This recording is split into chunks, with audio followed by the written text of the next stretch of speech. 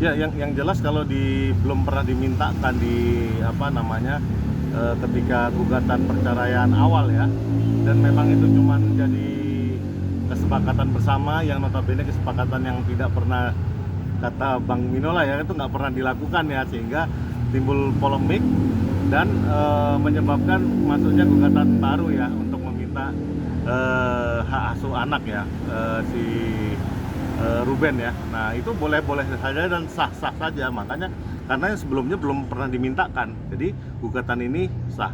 Iya, kalau kemarin informasi yang kita baca dari media sama dari informasi narasinya Bang Minola, bahwa memang dari materi yang dia akan masukkan itu terutama ingin membatalkan kesepakatan yang terdahulu supaya namanya dia itu benar-benar clear bahwa tidak dibagi secara ya tanpa konsekuensi gitu loh. Artinya 3 hari 4 hari, tapi mana nih kalau nggak kejadian bagaimana, kan itu yang mau diatur. Makanya itu ada gugatan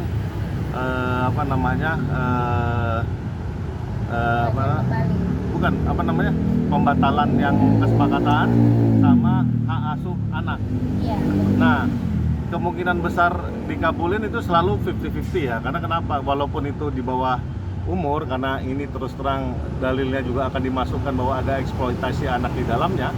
Kemungkinan besar sih ya bisa bisa dikabulkan dari majelis ya, karena kalau memang buktinya ada ya, itu jelas-jelas telak karena ada undang-undang perlindungan anak itu.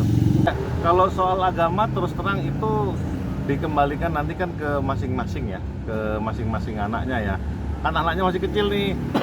Bukan itu fokusnya, biasanya dari pengasuhannya. Makanya dilihat apakah di undang-undang perlindungan anak itu ada yang dilanggar. Kemudian dari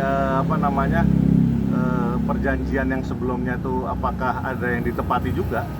Nah, makanya kelihatannya ini Bang Minola ini arahnya ingin merearrange, mengatur ulang soal kesepakatan setelah bercerai. Cerainya tetap. Cuman soal pengasuhan, soal pengaturan, soal juga nafkah itu yang kelihatannya bakal dimintakan sama Bang Minola untuk diatur kembali. Belum bisa, itu minimal itu 12 tahun. Jadi kalau sebelum 12 tahun kelihatannya untuk dimintakan pendapat sih atau suruh milih, kelihatannya biasanya ya dari kebiasaan mungkin ada hakim punya ide lain ya, tapi menurut hemat saya tidak bisa. Boleh-boleh saja kalau memang, tapi kan yang jelas di dalam urusan pemberian hak asuh itu yang dinilai adalah kapabilitas, kemudian keadaan yang sebenarnya, kemudian lingkungan pengasuhannya, kemudian treatment dari orang tuanya. Kalau soal nafkah sendiri kan itu nggak dipermasalahkan, yang dipermasalahkan secara psikologisnya aja. Jadi apakah benarkah dia dieksploitasi, apakah benar dia memang tumbuh kembangnya dijaga oleh si empunya yang sebelumnya itu Sarwendah ya. Nah, terus apakah benar dia tidak mengikuti kesepakatan yang sebelumnya? Nah, itu yang nanti dinilai sama majelis hakim.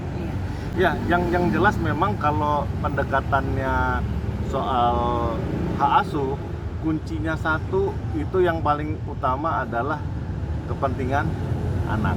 Nah, makanya tadi pendekatannya adalah di Undang-Undang Perlindungan Anak. Mereka dieksploitasi atau tidak? Kalau mereka memang full diberikan fokus pengasuhan, kemudian ada pengasuhnya, kemudian diberikan perhatian khusus ya untuk tumbuh kembangnya, waktunya juga diluangkan oleh orang tuanya, walaupun kan nggak mungkin 24 jam ya, maksudnya ya 3-4 hari yang sebetulnya awal perjanjian itu kan sudah cukup baik ya, tapi kok nggak smooth gitu loh. Nah, itu yang sebetulnya jadi yang masalahnya di situ.